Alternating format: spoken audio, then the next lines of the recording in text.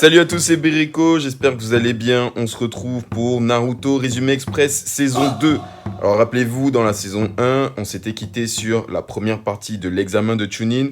On avait entre autres rencontré mon gars sûr, Rock Lee, qui avait kické les fesses de notre petit Sasuke. Et la saison s'était terminée sur les épreuves écrites de l'examen de Chunin, où tout le monde devait tricher et où tout le monde a montré un petit peu ses techniques, ses méthodes, comment il travaillait en équipe pour tricher. Il y avait juste Naruto qui n'avait pas été capable de tricher parce qu'il est assez nul, on va pas se mentir, jusqu'ici, il est assez nul. La saison 2 de Naruto, c'est le cœur de l'examen de Chunin. On va voir pas mal d'actions, ça va être pas mal. Avant de commencer, je vous rappelle les amis que j'ai écrit un manga et il est vraiment bien, truc de fou, je l'ai publié. Donc allez voir ça, allez découvrir mon manga, il est vraiment très cool. Générique.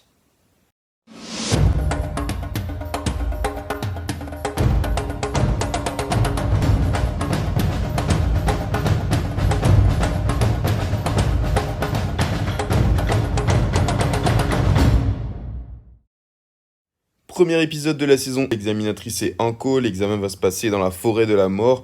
Anko va donner un rouleau à chacune des équipes qui participent à l'examen. Certaines équipes auront le rouleau de la terre, d'autres équipes le rouleau du ciel. Le but du jeu, c'est d'arriver dans la tour centrale de la forêt avec deux rouleaux différents, un terre et un ciel. Sasuke va affronter son premier adversaire qui va réussir à battre sans trop de difficultés, puis entrer en scène d'un second adversaire qui est bien plus coriace, c'est Orochimaru qui va mettre la misère à Sasuke et à Sakura avec juste un regard, il va les paralyser. Sasuke va se rendre compte que Orochimaru est beaucoup trop fort pour eux, donc il va décider de lui donner le rouleau de sa team pour qu'il les laisse tranquilles. Mais Naruto refuse, il va essayer de défoncer Orochimaru tout seul alors qu'il fait absolument pas le poids. C'est pas une question de force, c'est une question de courage, il le rappelle à Sasuke.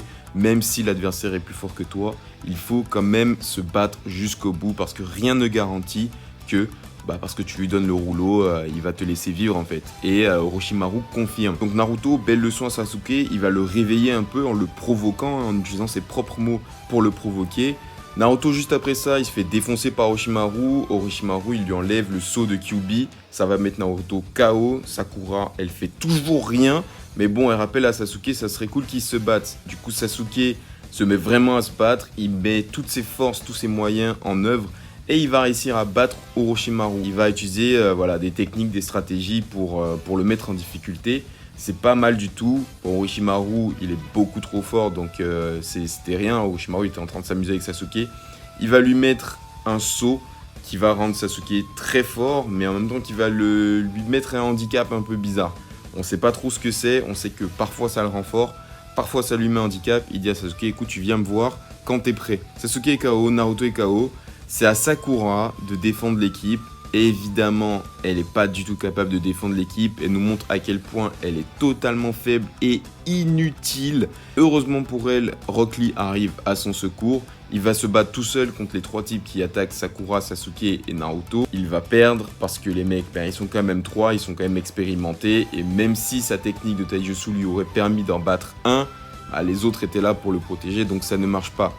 Sakura, quand elle voit que Naruto, Rock Lee et Sasuke sont KO, elle essaye de se sortir un petit peu les doigts, elle essaye de faire quelque chose, elle a pas le niveau, elle fait rien du tout. Il y a sa copine d'enfance, Ino, qui arrive avec son équipe, Shikamaru et Shoji, qui essayent de la défendre, mais eux, ils ont pas le niveau du tout non plus, ils sont comme Sakura, les quatre, c'est vraiment les quatre nazes.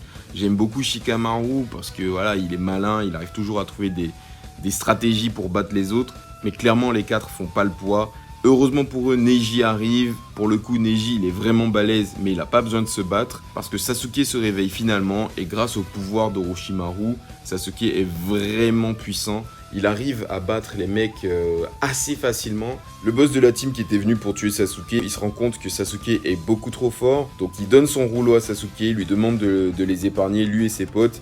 Il ramasse ses deux potes, il se casse. Combat gagné pour la team Konoha, parce que finalement ils se sont mis à presque 9 sur les 3 mecs qui sont venus attaquer Sasuke et Naruto.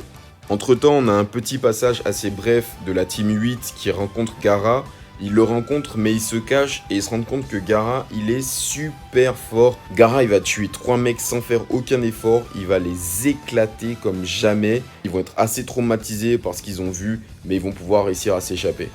Dernière étape de la partie 2 de l'examen de Chunin, on a Kabuto qui va rejoindre la team 7.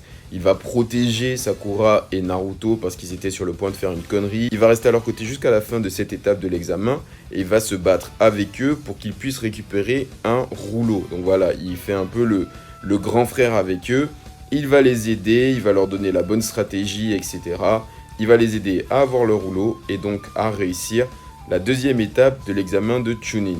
On s'aperçoit à la fin de l'étape que Kabuto y bosse pour Orochimaru et qu'il est pas très net quand même. Au final, on a 7 teams qui sont qualifiés pour la deuxième étape de l'examen. La team des frères du sable, la team 8 de Konoha, la team 10 de Konoha, la team de Zo, la team Kabuto qui vient aussi de Konoha, la team Guy qui est personnellement ma team préférée parce que je pense que chacun d'eux est plus fort que tous les autres dans toutes les autres teams. Et enfin, évidemment, on a la team 7 avec Sasuke qui a fait quasiment tout le taf. Troisième étape de l'examen de Chunin, le troisième Hokage annonce que ce sera des combats à 1 contre 1, plus d'équipe. Chacun se bat pour sa pomme. Kabuto décide qu'il est trop faible pour se battre et il préfère abandonner avant le début de cette troisième étape. Le premier combat, il oppose Yurai de l'équipe de Kabuto à Sasuke. Sasuke, il est super faible à cause de l'épreuve précédente et parce qu'il a la marque d'Orochimaru qui le fait souffrir. Il va prendre cher pendant tout le combat. On pense que Sasuke va perdre. Yurai essaye de lui voler son chakra. Au dernier moment, Sasuke se révèle être beaucoup plus puissant que ce qu'on attendait et il va réussir à battre Yurai. Nouvelle technique, la fureur du lion. Kakashi va remarquer que Sasuke a la marque d'Orochimaru, il va le prendre à part à la fin du combat. Orochimaru va débarquer, Kakashi va se préparer à affronter Orochimaru, il va créer un Chidori, mais finalement Orochimaru décide de se retirer dans l'ombre. Le combat qui va suivre, c'est le combat entre Shino et Sako. Shino il va gagner assez facilement, il va bloquer les mains de Sako avec ses insectes et Sako pourra rien faire contre Shino qui va lui mettre un petit coup pour le mettre KO. On enchaîne avec un combat très rapide entre Mizumi et Kankuro. Kankuro va gagner assez rapidement le combat. Ensuite, on passe à un des combats les plus mythiques de cette saison, le combat entre Sakura et Ino.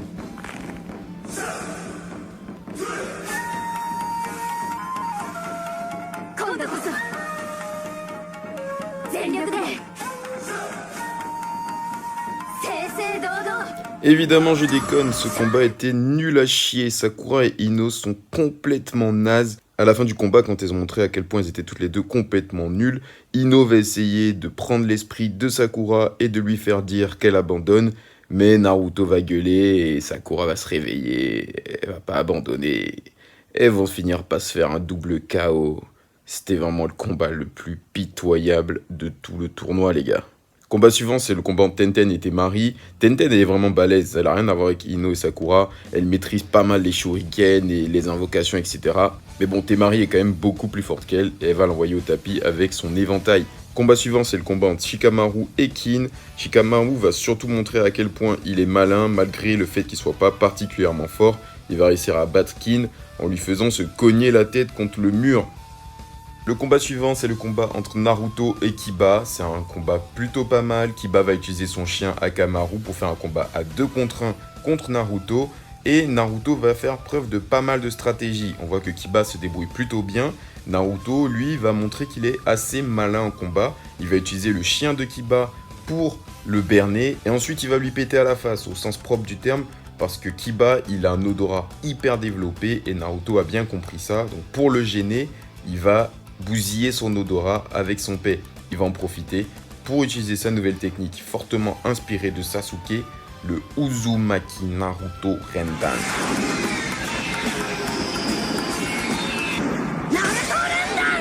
On a ensuite un combat que j'ai personnellement kiffé, c'est le combat entre Hinata et Neji, qui sont tous les deux du clan Hyuga et qui ont tous les deux les mêmes facultés. On sait déjà que Hinata est moins forte que Neji, mais le combat il est vraiment bien parce que Hinata elle va se donner à fond jusqu'au bout, même si Neji fait que lui dire qu'elle est nulle. Elle va vraiment se battre avec les tripes. Franchement, elle m'a donné les larmes aux yeux, Hinata. Je me suis dit qu'elle était vraiment cool. Elle va mettre Neji hors de lui en lui disant qu'il est trop focalisé sur la destinée et que tout le monde peut changer sa destinée. C'était vraiment un beau combat et Hinata, c'est quelqu'un que j'ai beaucoup apprécié. Même si Neji, je le kiffe aussi. Le combat va être stoppé par tous les professeurs à la fin parce que Neji est sur le point de tuer Hinata tellement elle l'a énervé. Et Naruto promet à Neji qu'il va venger Hinata. Personnellement, c'était mon combat préféré.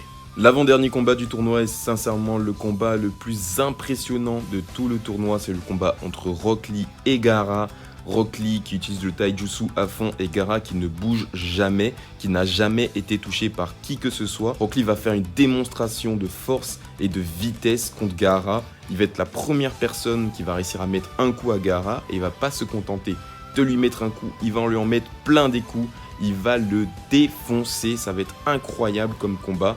Gaara va prendre vraiment cher comme jamais. À côté du combat, on va voir que Rock Lee, c'est quelqu'un qui s'est toujours entraîné très très dur pour arriver à ce niveau-là. Il a aucune facilité, il était même très nul quand il était petit. Et il a vraiment appris à se battre et à tout défoncer pour arriver à ce niveau. Il est impressionnant, le combat est impressionnant. Gaara prend vraiment cher. Et Rock Lee sur le point de gagner. Franchement, tout le monde pense que Rock Lee va gagner le combat tellement il met la misère à Gaara. Au final, Gaara, même s'il se fait complètement botter le cul, il va réussir à briser une main et une jambe de Rock Lee et il va être déclaré vainqueur. Gai Sensei va venir à la rescousse de son poulain. Rock Lee a les os brisés. C'était un combat magnifique. Le dernier combat, il n'est pas fascinant. C'est Shoji contre Dozo. Dozo va gagner assez facilement et le tour préliminaire du tournoi se termine sur ça. On arrive à la fin de la saison 2, Kabuto va essayer de kidnapper Sasuke à la fin du tournoi, mais Kakashi va arriver à temps et il va réussir à protéger Sasuke. Suite à ça, Naruto va demander à Kakashi de l'entraîner pour la suite du tournoi, mais Kakashi va décider d'entraîner Sasuke et c'est Ibisu, le sensei de Konohamaru, qui va entraîner Naruto. On termine donc la saison 2 sur quelques bons combats. Dites-moi quel était votre combat préféré. Moi personnellement, j'ai kiffé le combat Neji-Hinata et évidemment le combat entre Rock Lee et Gaara. Je vous dis à bientôt pour la saison 3. Ciao ciao. Ça